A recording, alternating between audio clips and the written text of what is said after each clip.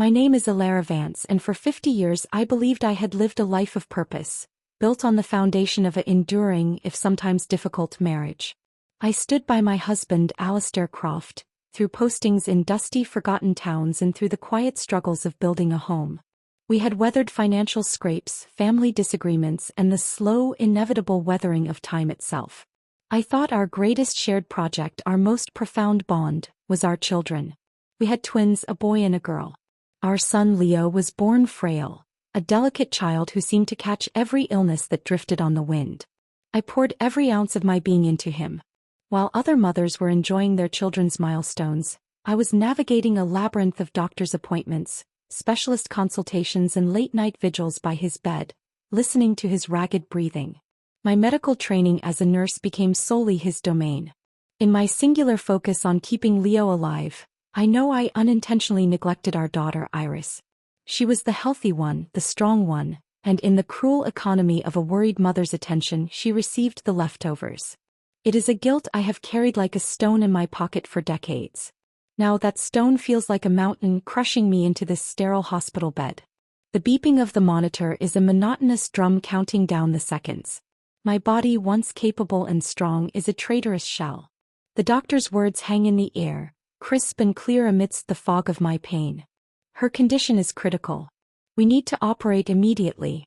The surgery presents a significant risk, but it's her best chance. Without it, he left the sentence unfinished, but his meaning was etched on his kind, tired face. Without it, I die. With it, I have a fighting chance. A good chance. As a medical professional, I knew the statistics. I could have another 10 years. 10 years to make it up to Iris. 10 years to see my children truly flourish. 10 years to grow old with Alistair. My lips are parched, my throat a desert. I can't form words, but I turn my head, my eyes searching for my husband of half a century. I pour every shred of hope, every silent plea into that look. Choose me. Choose my life. Fight for me. Alistair stands by the window, his face a mask of conflicted emotion.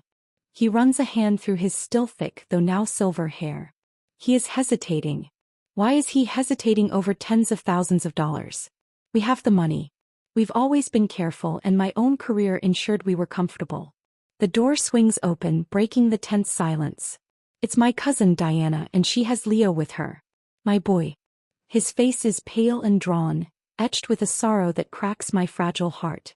A wave of maternal love surges through me, so potent it momentarily eclipses the pain. He's here. He'll convince his father. But Leo doesn't look at me. He turns his sorrowful gaze to the doctor. His voice, when he speaks, is quiet but firm, and it doesn't waver. It is a rehearsed line delivered with devastating finality. We've decided to stop treatment, he says. We don't want Mom to suffer anymore. The air is sucked from the room. The doctor, recognizing a family decision that overrides medical advice, simply sighs a helpless, professional sigh and leaves the room. I am alone with them. My family. The son I devoted my life to. The son I carried on my back through rain and snow to emergency rooms. The son for whom I gave up promotions, friendships, and moments with my daughter. He looked at a price tag and found my life too expensive. The betrayal is so absolute, so annihilating that I cannot even cry. I can only stare, my hope shattering into a million icy shards in my chest. Then Diana approaches me. She leans down, her perfume, a scent I always found overly sweet, filling my nostrils. She puts her lips so close to my ear I can feel the warmth of her breath. It is not a gesture of comfort. It is an execution. Ilara, she whispers, her voice a venomous secret. To thank you for everything, I'll tell you a secret before you die. Leo is actually my son. The world stops. The beeping monitor fades into a distant echo. Back then, she continues, her tone dripping with malicious gratitude, you only gave birth to a daughter. But you'd always wanted the perfect set, a boy and a girl. Alistair lied to you. He told you had twins. Who would have thought you'd be so devoted to that sickly child, pouring everything into his illnesses? I'm telling you this out of gratitude. So you can die with clarity. Strictly speaking, my son is actually 3 days older than your daughter.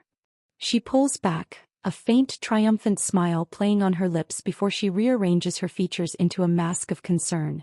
My eyes, wide with a horror I cannot express, refuse to blink. The pieces of my life, my entire reality, fracture and reassemble into a monstrous, grotesque picture. I had sacrificed my healthy daughter for the sake of my husband's bastard child, raised by his mistress. My Iris.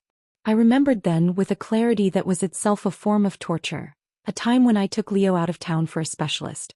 Iris, left with her paternal grandmother, had accidentally fallen into a river. A sharp stone had cut her cheek, but no one took her to the hospital. By the time I returned, her wound was infected, oozing pus. We cured it, but it left a deep, lasting scar. My bright, cheerful Iris became withdrawn and timid, refusing to go outside. I had been too preoccupied with Leo's latest cough to properly comfort her. I had told her she was brave and that scars were stories, all the while thinking about the antibiotic schedule for my son. Her son. With the last of my strength, a final, furious spark in a dying body, I bit down on my cracked lip. The metallic taste of my own blood flooded my mouth.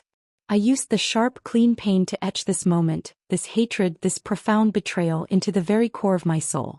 I made a promise to myself, to the universe, to whatever power had let this happen. If I ever have another life, I will never make these mistakes again. I will never marry that man.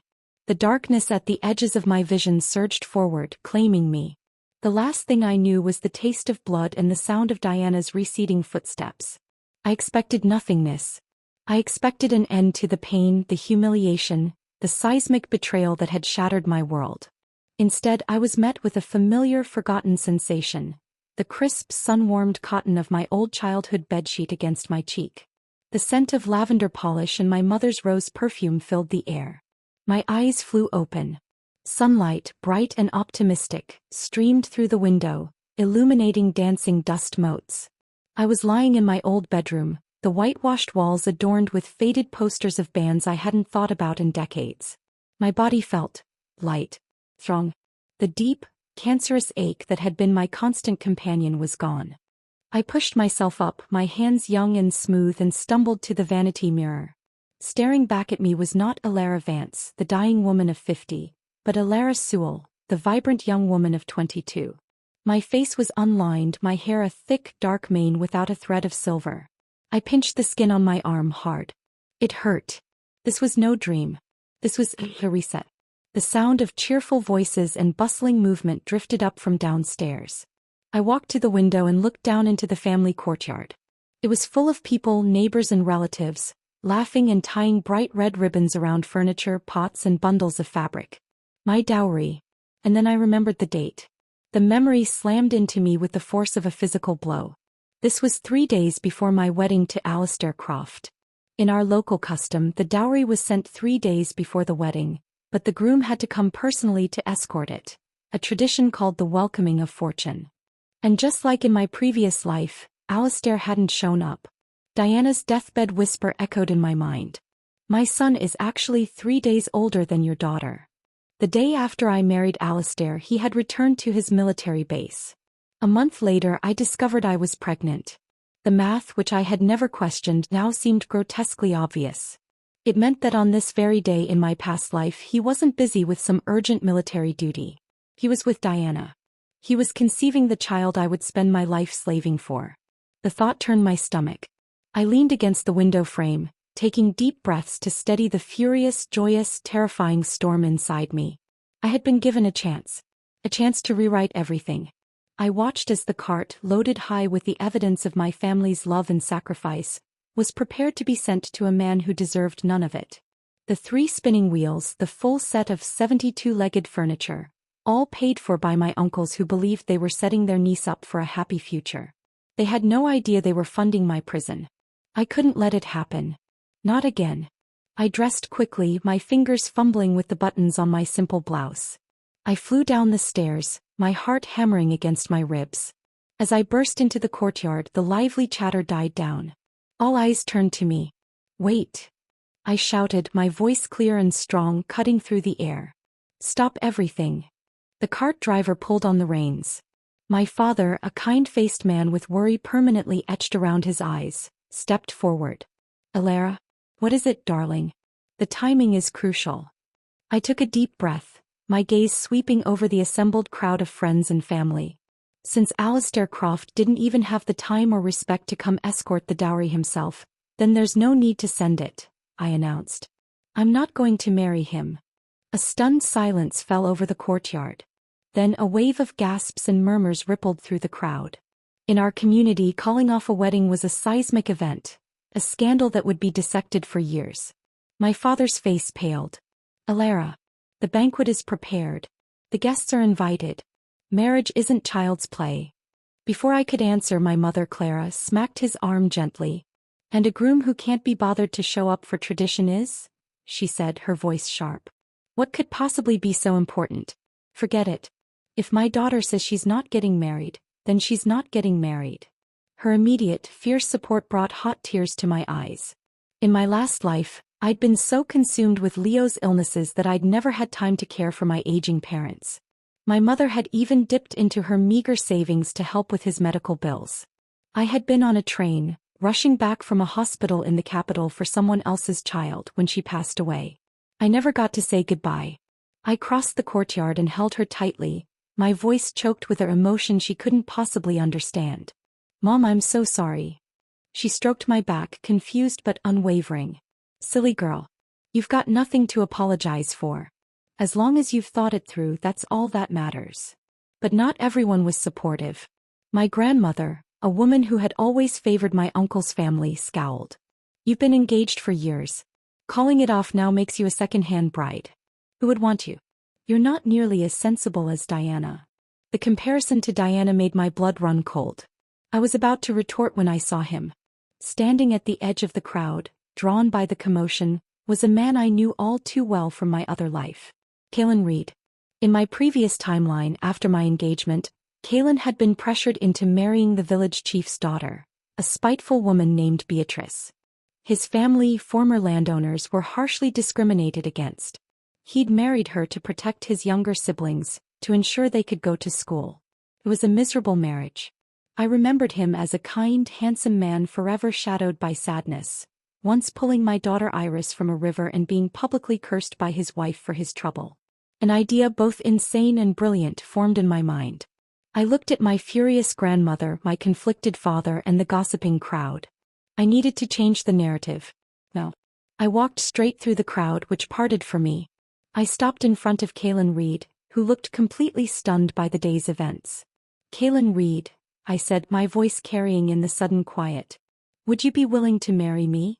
The silence in the courtyard was absolute. You could have heard a pin drop. It was as if I had truly shocked the entire world into stillness. The silence that followed my question was so profound I could hear the rustle of leaves in the distant trees. Every face in the courtyard was frozen in a mask of pure, unadulterated shock. My mother's hand flew to her mouth. My father looked like he might faint. My grandmother's jaw was practically on the cobblestones. Kaylin Reed just stared at me, his deep-set eyes wide with disbelief. He was a quiet man, often overlooked due to his family's unfortunate status, but I saw the sharp intelligence in his gaze, the strength in his still frame. He looked like he thought he was hallucinating. I stood my ground, my heart pounding a wild, hopeful rhythm against my ribs. This was the pivot point. This was the moment I chose a completely different path. I'm asking you one last time, I said, my voice softer now, meant only for him. Will you marry me? It was like something snapped inside him. The shock in his eyes melted away, replaced by a dawning, incredulous hope. His eyes glistened, turning a brighter shade of green, and his lips trembled as he tried to form the word. I will, he finally said, his voice low and rough with emotion. He cleared his throat and said it again, stronger, sure. I will. A wave of exhilaration washed over me. I turned to my parents, a genuine smile breaking out on my face for the first time in what felt like a lifetime. I want to marry Kaylin Reed. I gestured to the loaded cart. Go ahead and deliver the dowry. To the Reed household. The courtyard erupted. The silence shattered into a cacophony of shouts, questions, and exclamations. My grandfather, a retired schoolteacher, was holding his chest, trying to calm his breathing. I rushed to his side.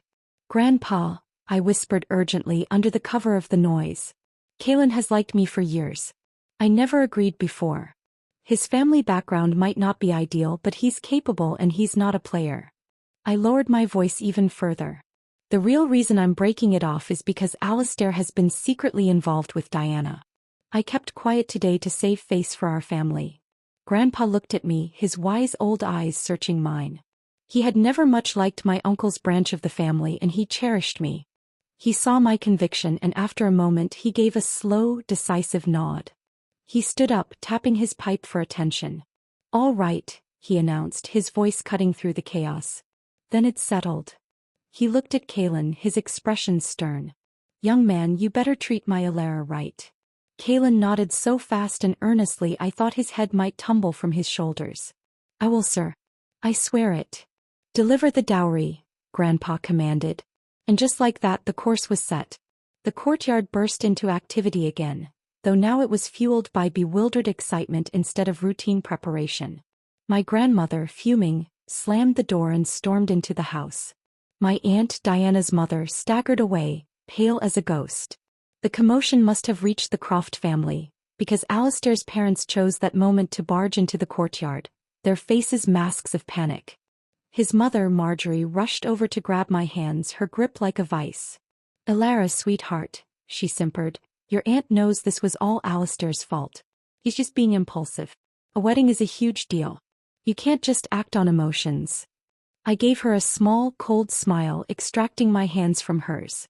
In my mind, I saw her in my previous life, yelling at and slapping my iris for some minor childish mistake. "Aunt Marjorie," I said calmly, "if Alistair doesn't want to marry, then don't force him." As the drums and flutes started up again, signaling the dowry procession's departure for a new destination, a crucial piece of information clicked into place. Diana couldn't marry Alistair unless he left the military. Her grandfather had been a political criminal. Her family had barely escaped severe punishment by publicly severing ties in the newspapers. Diana would never pass the military's political vetting process. No wonder she had lived her whole life in secrecy. I had been nothing but a convenient cover for them, a respectable front behind which they could hide their affair and their child. I climbed onto the cart, leaving the sputtering Crofts behind. As we moved through the village gates, I saw Kaelin walking beside the cart, his steps light, a dazed, happy smile on his face. He looked like a man who had just won the lottery. When we arrived at the Reed household, a modest but tidy cottage on the edge of the village, his parents were inside sorting beans, completely unaware of the hurricane that had just been unleashed on their behalf. They looked up in utter confusion as the procession poured into their small yard. "Mom, Dad," Kaelin said, grinning like a fool. "I'm getting married." The unloading began. The lavish dowry, the furniture, the linens, the spinning wheels, looked absurdly opulent in their simple home. I knew it made them uncomfortable. After everything was settled, I asked Kaelin to take one of the bicycles from the dowry and ride me to the township office to make a phone call. The road was bumpy and dusty. I sat on the back, holding onto his waist for balance. The coarse fabric of his shirt rubbed against my palms, but I could feel the solid, reliable muscle beneath. As he pedaled, his back rose and fell rhythmically. He smelled of clean sweat and sunshine. We hit a deep rut and I jolted forward, my forehead bumping against his warm back. He turned his head and I felt rather than heard his soft chuckle. "Hold on tight," he said. I leaned in, pressing my face against his shirt. I felt him tense for a moment at the contact and the simple, honest reaction made me smile. The sound of the bike chain clicking, the rhythm of his breathing. Somehow this bumpy, uncertain path felt more right than any smooth road I'd traveled with Alistair. At the township office, under the red gleam of the signal tower, I called my Uncle Joseph at the military base. "Uncle Joe, I've changed grooms," I said without preamble. "Don't give my marriage documents to Alistair Croft." I explained, in brief, careful terms, that Alistair had shown a profound lack of respect for me and our family traditions. Uncle Joe, a man of principle, was furious on my behalf. "The paperwork's already been filed, but I'll see it's pulled and shredded immediately. That boy doesn't know what he's lost." I felt a surge of relief. In my past life, we hadn't officially registered the marriage with the military until 3 months after the wedding. Here in the countryside, the banquet was what made it official in everyone's eyes. I had just severed Alistair's official claim before it could even be made. Kaelin rode me back to my house, smiling non-stop. But as we arrived at the gate, his smile faded, replaced by a sudden, sobering anxiety. "Alara," he began, his voice hesitant. Are you serious? Or is this just to get back at Alistair?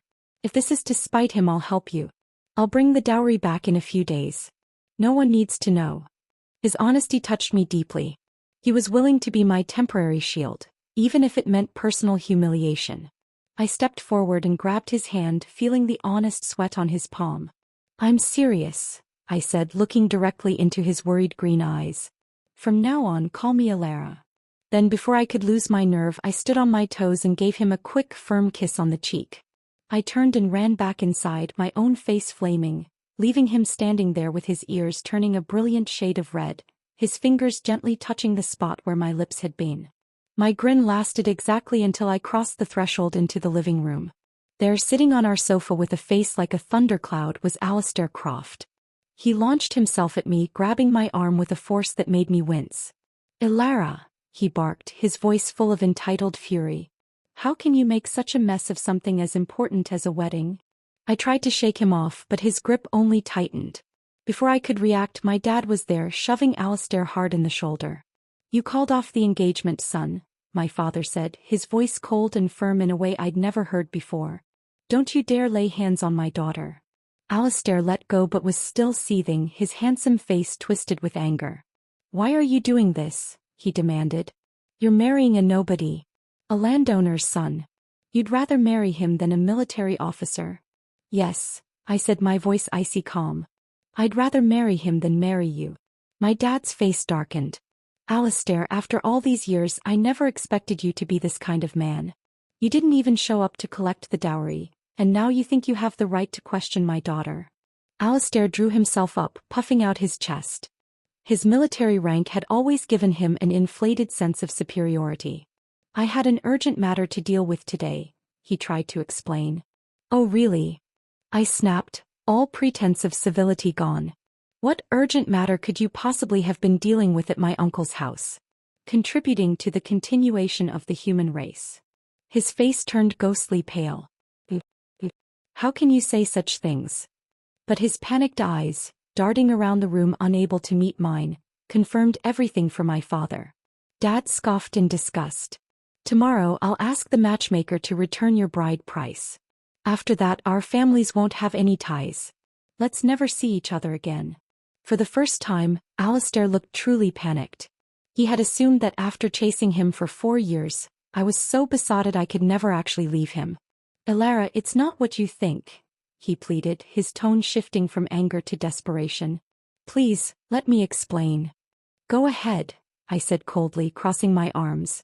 Tell me what exactly you were doing at my uncle's house today. What was so important over there that you couldn't fulfill your duty to me? He opened his mouth, no doubt to lie and say he hadn't been there, but the sheer conviction in my voice made him hesitate. He knew I knew. He stood there, speechless and defeated, as my brother firmly escorted him out and pushed him through the gate into the darkening street. The door closed behind him. The sound echoed in the quiet house. It was over. The first battle was won. The morning after the world turned upside down, I woke up early. For a moment, lying in my sun-drenched childhood bed, I felt disoriented, the memories of my past life and my new reality overlapping. The joy of my rebirth was still fresh, a fragile, precious thing I held close.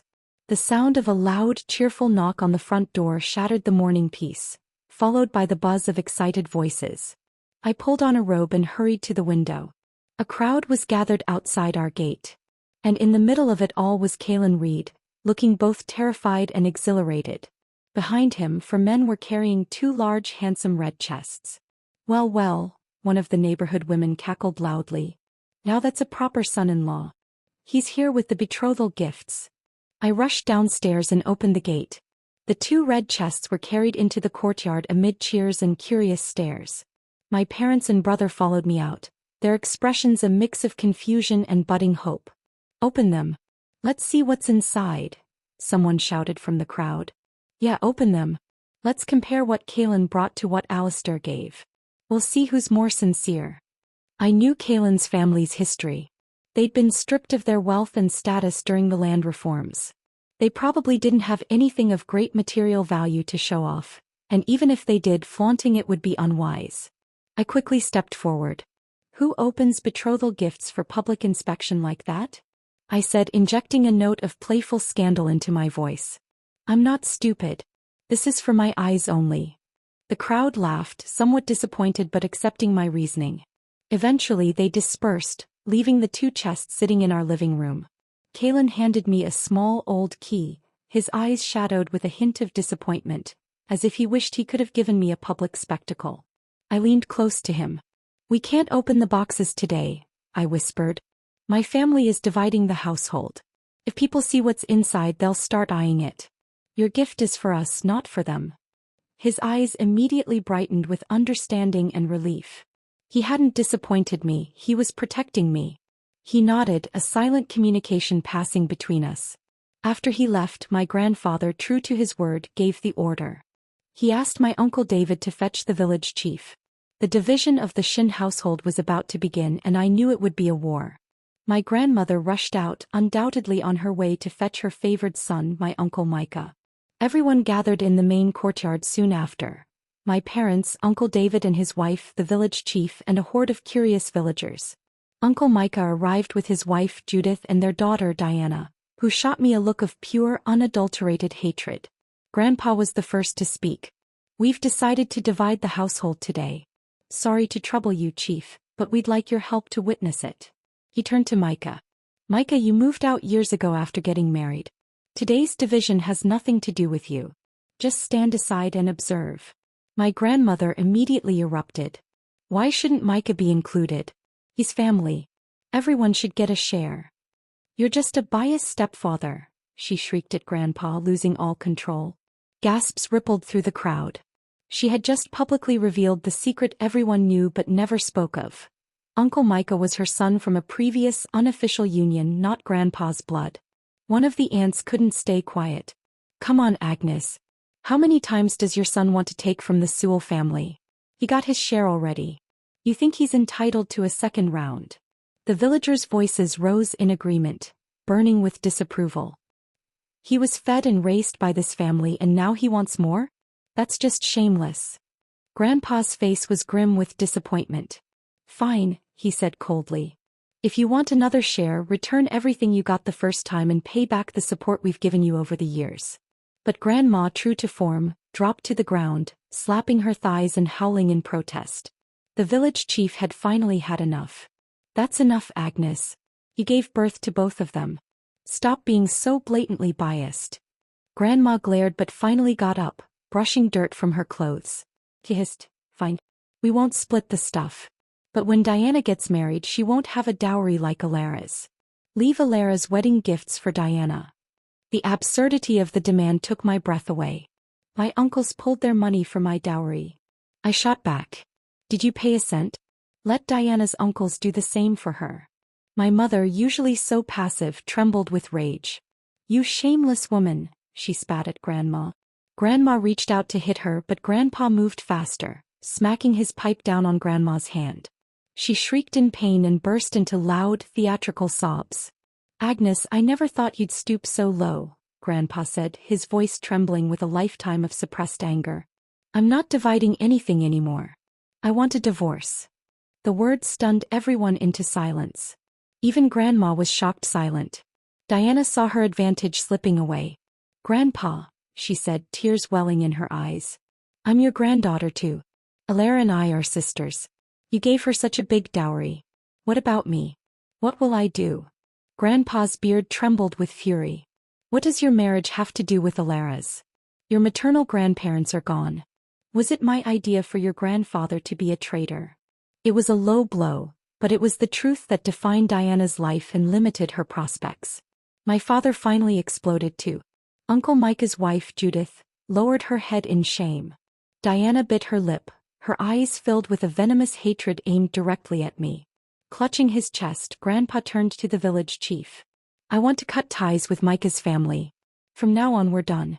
I want no part in their life, death, sickness or anything else. Let him take care of his own mother. I want to cut ties too, my father said firmly.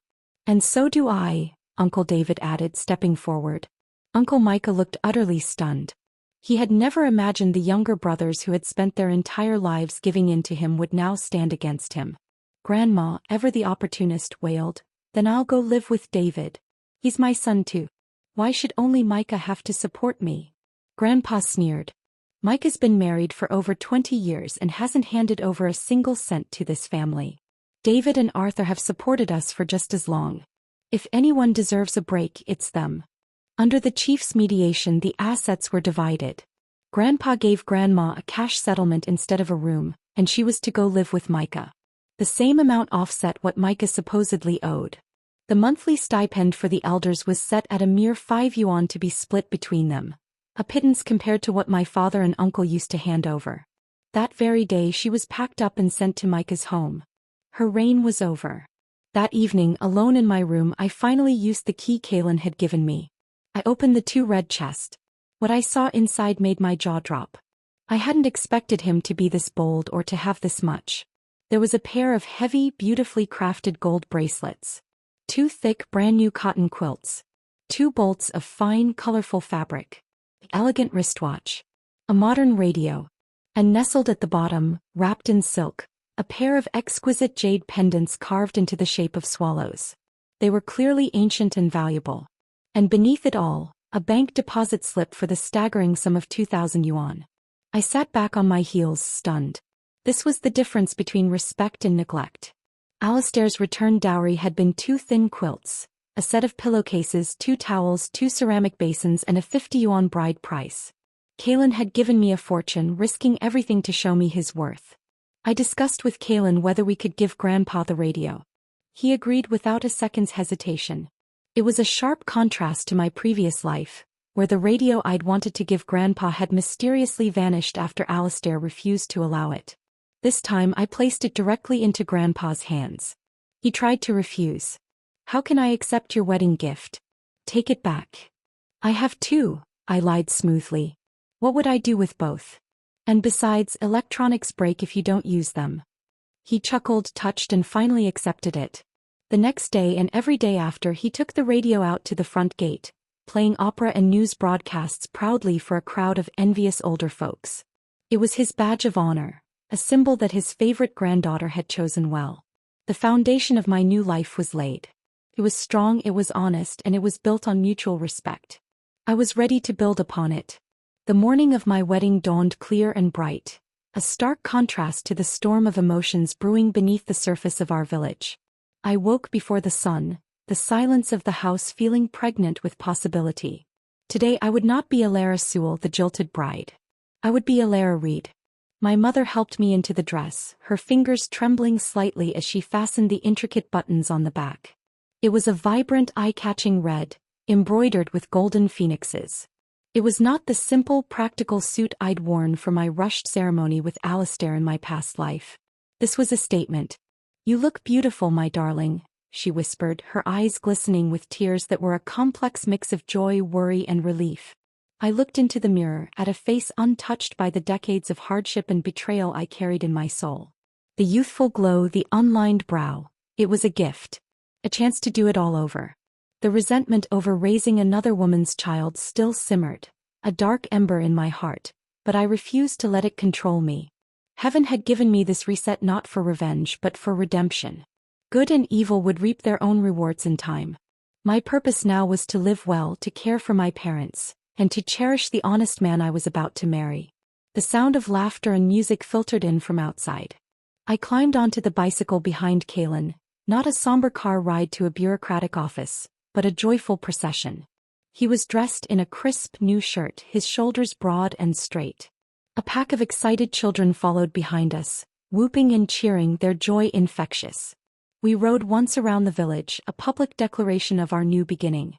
And then as we arrived at the Reed family's cottage, I saw him. Alistair Croft. He was standing at the edge of the small crowd, his military uniform wrinkled and disheveled, his hair greasy, his face shadowed by a rough stubble. He looked like a man who had been through a war. His eyes, bloodshot and desperate, locked onto me. He took a step forward, a hand half raised as if to stop the proceedings. But before he could take another step, Diana was there. She materialized from the crowd and grabbed his arm from behind, her fingers digging into his sleeve. She pulled him back, her face a mask of furious desperation, whispering urgently into his ear. He resisted for a moment, his gaze still fixed on me, but eventually he allowed himself to be dragged back into the shadows, defeated. The spectacle was over before it truly began. Later, after I had changed into a simpler dress, I moved through the courtyard with Kaylin, serving tea and toasting our guests. The atmosphere was warm and genuine, a world away from the tense, formal affair my first wedding had been. I didn't see any of the Croft family, but Diana was still there, lingering on the periphery like a ghost, her eyes burning with envy and hatred. I made my way over to her, a polite smile on my face. I leaned close as if to share a sisterly confidence. "Diana," I said, my voice sweet but my words laced with poison. "I wish you and Alistair a long life together." I paused, letting the sentiment hang in the air before delivering the killing blow. "But you'll never be able to stand in the light. No matter who Alistair marries, your name will never appear on that marriage certificate. You will always be his dirty little secret." Her hands clenched into white-knuckled fists at her sides, trembling with a rage so pure I could almost feel its heat. She opened her mouth to retort, but I simply smiled faintly, turned on my heel and walked back to my husband's side. The battle was won without a single raised voice. The festivities lasted well into the evening. When the last of the guests finally left, the house fell into a comfortable, contented quiet. Kaylin carried me over the threshold into the bridal chamber, his tall frame filling the small space. The room was simple but clean, decorated with red double happiness characters. An enamel basin on the table overflowed with red dates and peanuts, symbols of a wish for fertility. His olive green shirt was soaked with sweat from the day's exertions. He held me steady as he bent down to place me on the bed, his chin brushing against the top of my head, his stubble tickling my scalp. He smelled of sunshine and honest labor. He tucked a stray lock of hair behind my ear, his calloused fingers gentle against my skin. "Ilara," he whispered, his voice thick with emotion. "This isn't a dream, is it?" I didn't answer him with words. I answered him with action, reaching up to pull his face down to mine. That night, Kaylin was patient, gentle, and incredibly careful. He was attentive to my every breath, every sigh. Everything between us felt natural, right, as if we were two pieces of a puzzle finally clicking into place. After living two lives, it wasn't until that moment, in the arms of a man who truly saw and valued me, that I fully realized the profound emptiness and neglect that had characterized my previous marriage. I had not just been betrayed, I had been starved of basic human tenderness. 3 days later we returned to visit my parents. Just as in my past life, Alistair was recalled to his military base the day after my wedding, a fact I noted with cold satisfaction. Kaylin and I went together to the township office to officially register our marriage and have our photograph taken. I looked at the small black and white image of us, my head tilted towards his shoulder, a genuine smile on my face. It was a document of truth, not a lie. Kaylin began traveling into the city frequently. I didn't ask for details, but each time he returned he would press a generous amount of money into my hand. It was clear he had a sharp mind for business, a talent that had been stifled by his family's political status. I continued working at the local hospital, the familiar routines a comfort. And I began to study. I knew with the certainty of my previous life that in just over a year, the national college entrance exams would resume. It was the key to a different future, not just for me but for us. I pulled out my old textbooks, and in the evenings by the light of a kerosene lamp, Kaylin and I would study together. He was a quick and eager learner, his mind hungry for the knowledge he'd been denied. A month after our wedding, the village gossip mill churned out shocking news. Alistair was back. And he was engaged. The village chief's daughter, Beatrice Cox, had set her sights on him. Mrs. Croft was already showing off around the village again, boasting about her son's new, advantageous match. I knew why it was so rushed. I made a quiet trip to the township office and placed a call to my Uncle Joseph. "Uncle Joe," I said, "I hear Alistair is getting married. As a friend of the family, perhaps the unit could expedite his marriage registration paperwork? As a congratulatory gesture." Uncle Joe, who still harbored a grudge on my behalf, understood perfectly. "Consider it done, Ilara. No need for any lengthy waiting periods." Alistair's wedding to Beatrice was a rushed, perfunctory affair. The banquet was held within a week of the engagement. The entire village knew why. Diana disappeared again. It was obvious Alistair had hidden her away to let her carry his child in secret, just as he had before. 3 months later I discovered I was pregnant. The feeling was entirely different this time. There was no anxiety, no feeling of being a burden. Kalen treated me as if I were made of glass and gold simultaneously. He took over the cooking, preparing nutritious meals for me every day himself. He would massage my feet after a long shift at the hospital and read to me from the newspaper in the evenings. The contrast to my first pregnancy was brutal. Then I had been expected to serve Alistair's entire family until the day I went into labor. I never saw a dime of his military pay. I now knew it had all been funneled to Diana. Now I was cherished. Alistair, meanwhile, became a frequent sight in the village again, returning sometimes several times a month. Beatrice, it seemed, kept a tight leash, calling his unit constantly. But this time, Alistair couldn't lie or stall.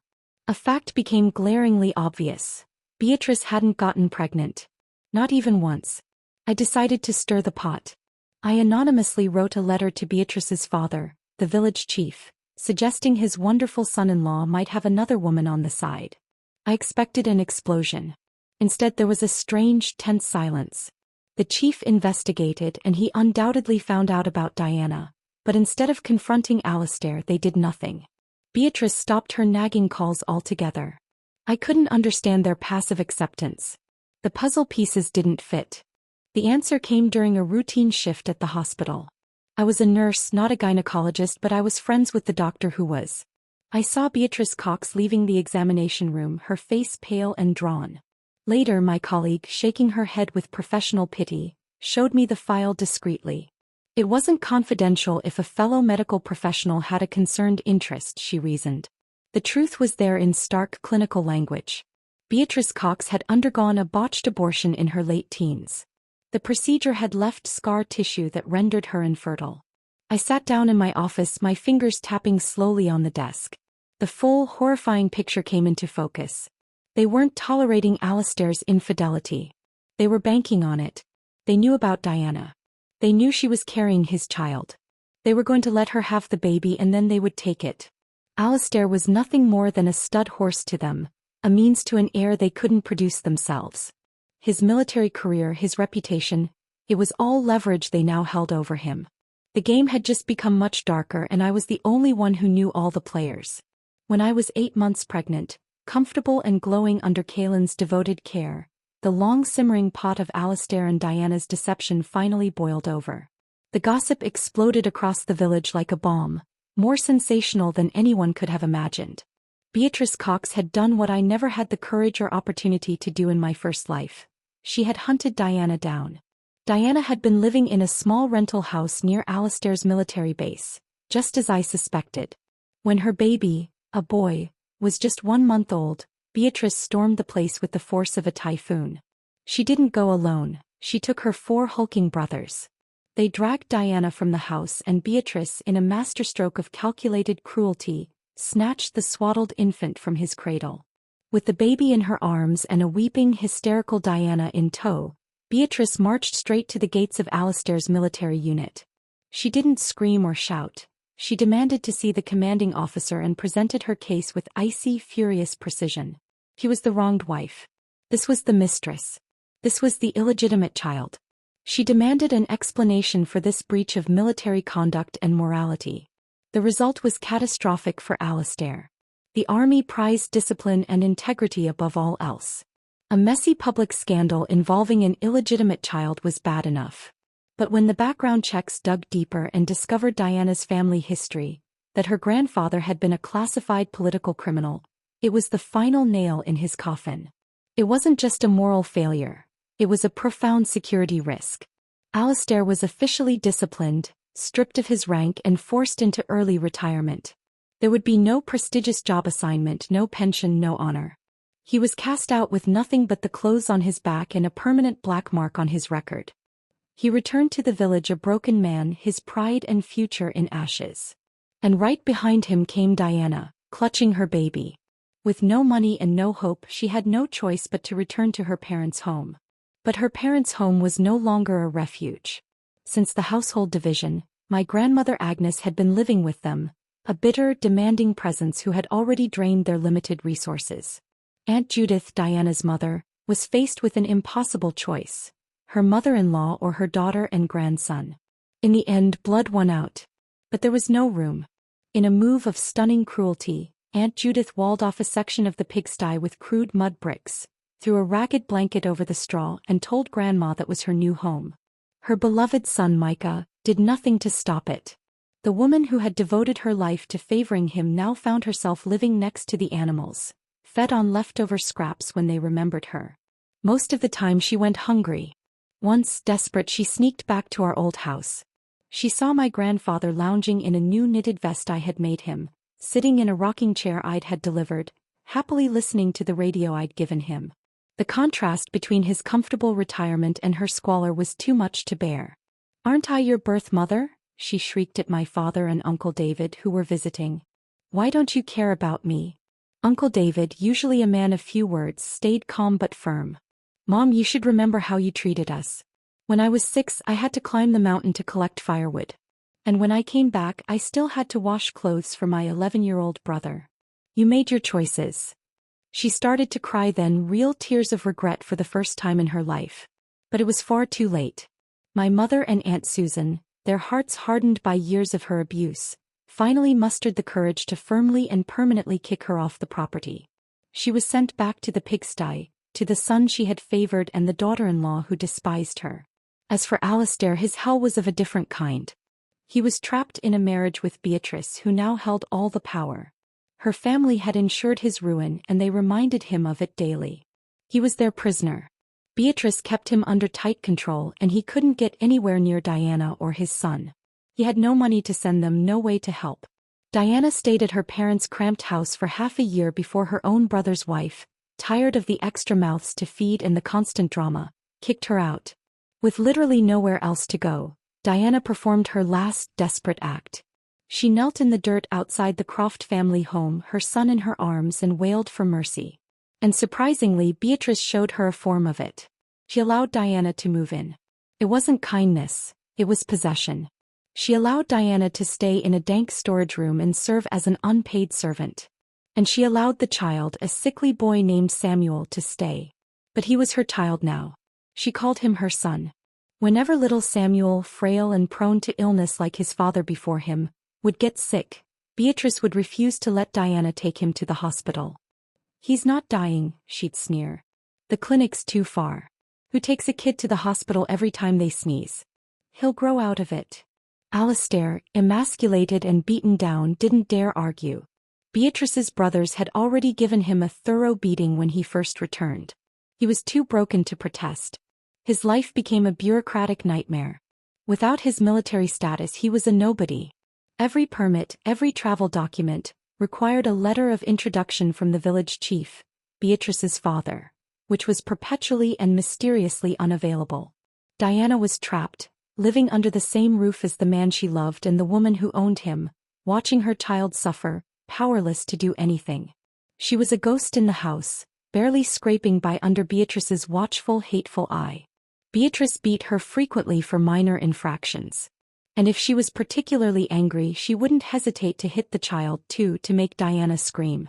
The pressure cooker of misery, resentment, and abuse could only build for so long before it exploded. The explosion, when it came, was both shocking and inevitable. Diana finally snapped. The details came out in hushed, horrified whispers at the hospital. She had stolen a packet of rat poison from the shed. She'd ground it into a fine powder and mixed it into Beatrice's evening tea. It was a crude, desperate act, born of a lifetime of being the secret, the afterthought, the one in the shadows. Beatrice died in agonizing pain later that night. The aftermath was swift and brutal. The village chief's grief was eclipsed by a rage that terrified the entire village. Diana was arrested by county police, dragged screaming from the Croft house. She would undoubtedly face a firing squad. Alistair's punishment was delivered more privately but just as effectively. Beatrice's 4 brothers paid him a visit. They broke one of his legs with a heavy iron bar, a permanent reminder of the price of his infidelity. He was left with a crippling limp and a pain that would never truly fade. And in the midst of this horror there was a child. Little Samuel, now just over a year old, was suddenly an orphan in every way that mattered. His mother was a condemned murderer, his father was a broken cripple, and the woman who had claimed him was dead. No one wanted him. He was left to wander the Croft compound, then the village like a tiny, forgotten ghost. The neighbors, afraid of the chief's wrath, were hesitant to help too openly. He was often hungry, dressed in rags, and when his illnesses flared up, he would convulse on the ground, unattended. I saw him once. Kaylin and I were returning home for the New Year festival, our own children, a pair of healthy, beautiful twins, a boy and a girl, bundled up warmly in our arms. They were sweet, obedient, and robust, everything Samuel was not. We saw him near the village well, fighting a stray, mangy dog for a scrap of discarded bread. He was thin, his clothes filthy, his eyes wide with a feral hunger. He saw me, recognized some maternal kindness in my face perhaps, and stumbled forward. He looked up at me, his face smudged with dirt, and cried out a single heartbreaking word. Mom. The word hung in the cold air.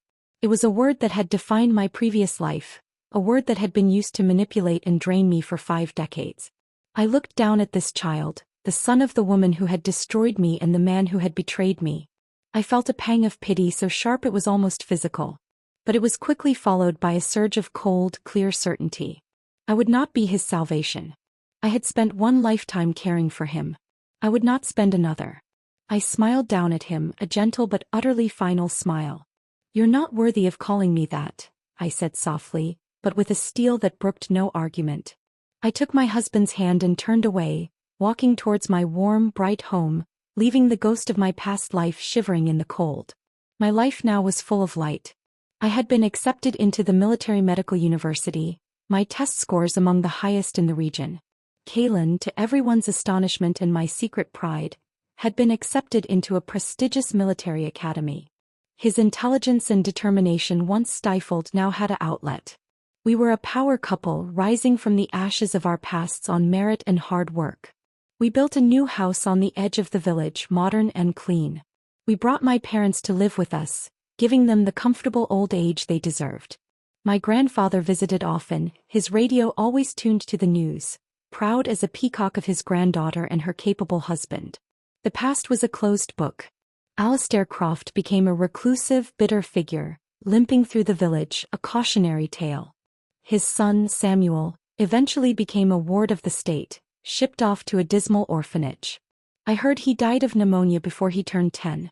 It was a tragic end, but it was not my tragedy. One afternoon I was working in my small home clinic when the door opened. I looked up to see Iris, my daughter from my first life, standing there.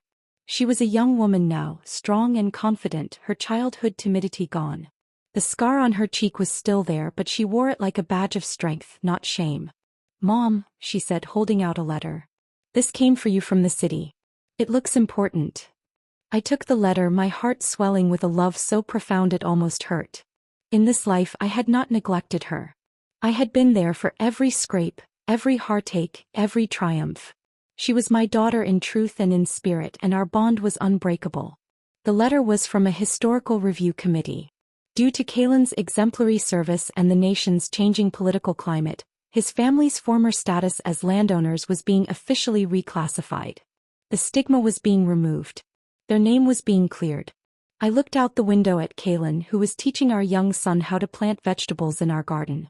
He looked up, caught my eye, and smiled, a smile of pure, unadulterated contentment. The legacy of hatred was over. We had built a new legacy, one of love, respect, and hard-won peace. The wheel of fortune had turned, and it had finally landed on us. Years flowed into decades with a grace my first life had never known. The sharp edges of past betrayals softened, not because they were forgotten, but because they were overshadowed by the profound contentment of my present. Kaylin and I flourished.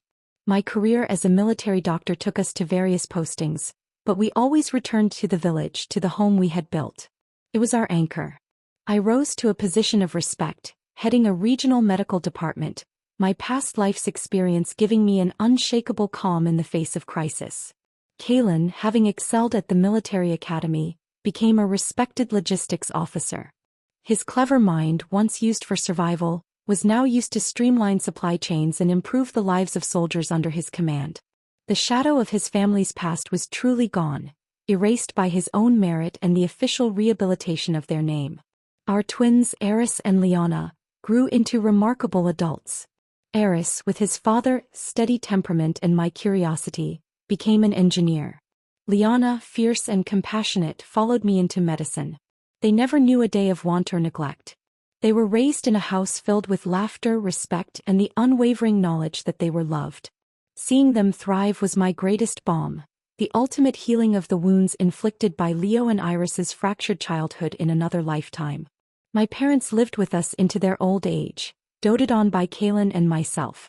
I had the privilege of holding my mother's hand as she took her last breath, of whispering my love and gratitude to my father as he slipped away peacefully in his sleep.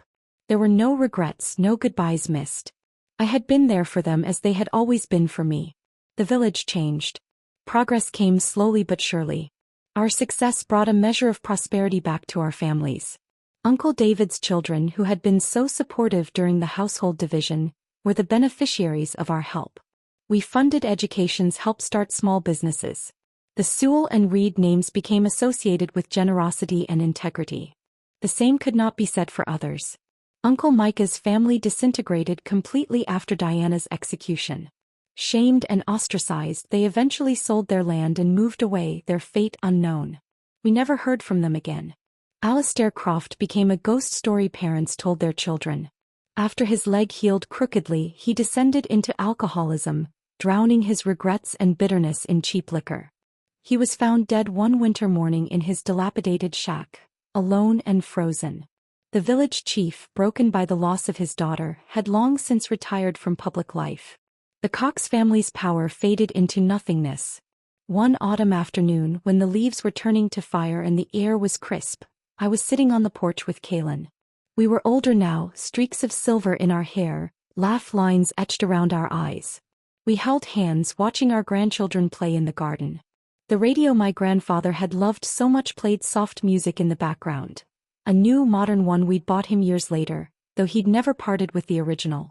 A familiar car, an official army vehicle, pulled up to our gate.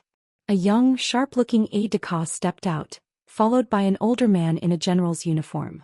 It was my Uncle Joseph, now retired but still possessing an imposing bearing. "Come to see if the country doctor is still keeping up with her studies?" I teased, rising to hug him. He chuckled, embracing me tightly. "I come to see my favorite niece and her husband," he said, clapping Kaylin on the shoulder. They had developed a deep mutual respect over the years. We sat and drank tea, talking of old times and new. Eventually, Uncle Joe's expression grew more somber. "I had some business at the records office in the city last week," he said. "Classifying some old files for storage. I came across something. I thought you should know." He placed a thin, faded file on the table between us. I opened it. Inside were medical records from the military hospital, dated from the time of my first marriage to Alistair. There were memos, doctor's notes. And then I saw it. A diagnosis. My blood ran cold then still. Leo's condition. The sickness that had defined my entire first life, that had consumed every moment, every resource, every ounce of my energy. The doctors had suspected it for years, but Alistair had consistently, deliberately, blocked the full battery of tests. He had intercepted memos, dismissed specialists, and downplayed the symptoms. According to the notes in the file, a senior consultant had finally insisted on a comprehensive workup. The results were conclusive just a few months before my death in that other life. Leo's illness was severe, yes, but it was also highly treatable with a new regimen of medication that had recently become available. It would have required careful management, but it was not a death sentence. He could have lived a relatively normal, healthy life. Alistair had been told. He had seen the reports. And he had chosen to hide them from me. I sat back, the papers trembling in my hand. All those years. All that sacrifice. The neglected daughter, the broken marriage, the endless, grinding worry. It had all been for nothing. He had let me break myself, let me believe I was fighting a losing battle when the entire time a solution was within reach. He had preferred the narrative of the tragic, devoted wife and the sickly son. It was a better cover for his affair. Kept me too busy and too drained to ever look too closely at his absences, his secrets. The sheer, calculated cruelty of it took my breath away. It was a deeper betrayal than the affair, deeper than the paternity lie. It was a theft of my life, my potential, my peace of mind. Kalen's hand found mine, his grip firm and grounding. He didn't need to see the papers. He saw the devastation on my face. Uncle Joseph looked heartbroken. "I am so sorry, Alara. I never knew. If I had—" "It's not your fault," I whispered, my voice hoarse. "You couldn't have known." We sat in silence for a long time. The laughter of our grandchildren in the garden was a stark contrast to the horror unfolding in my mind. And then something settled within me. The last piece of the puzzle had clicked into place. The final, lingering question, why would he let me suffer so much, was answered. It wasn't just neglect. It was active, malicious manipulation. I looked at Kalen, at the love and concern in his eyes. I looked at our beautiful home, at the evidence of a life well lived that surrounded us. I thought of my children, my career, the respect I had earned. I slowly picked up the file, walked to the fireplace, and dropped it onto the glowing embers. We watched as the pages curled, blackened, and turned to ash, the lies and the cruelty consumed by the flame. "He's gone," I said, turning back to my husband and my uncle. "His choices are ash. And I am here." I took my place back on the porch beside Kalen, lacing my fingers through his. The past was not just a closed book. It was burned. The future, bright and warm and entirely my own, was just beginning. The circle was complete, not with a bang of revenge, but with the quiet, powerful peace of a life truly lived. The end.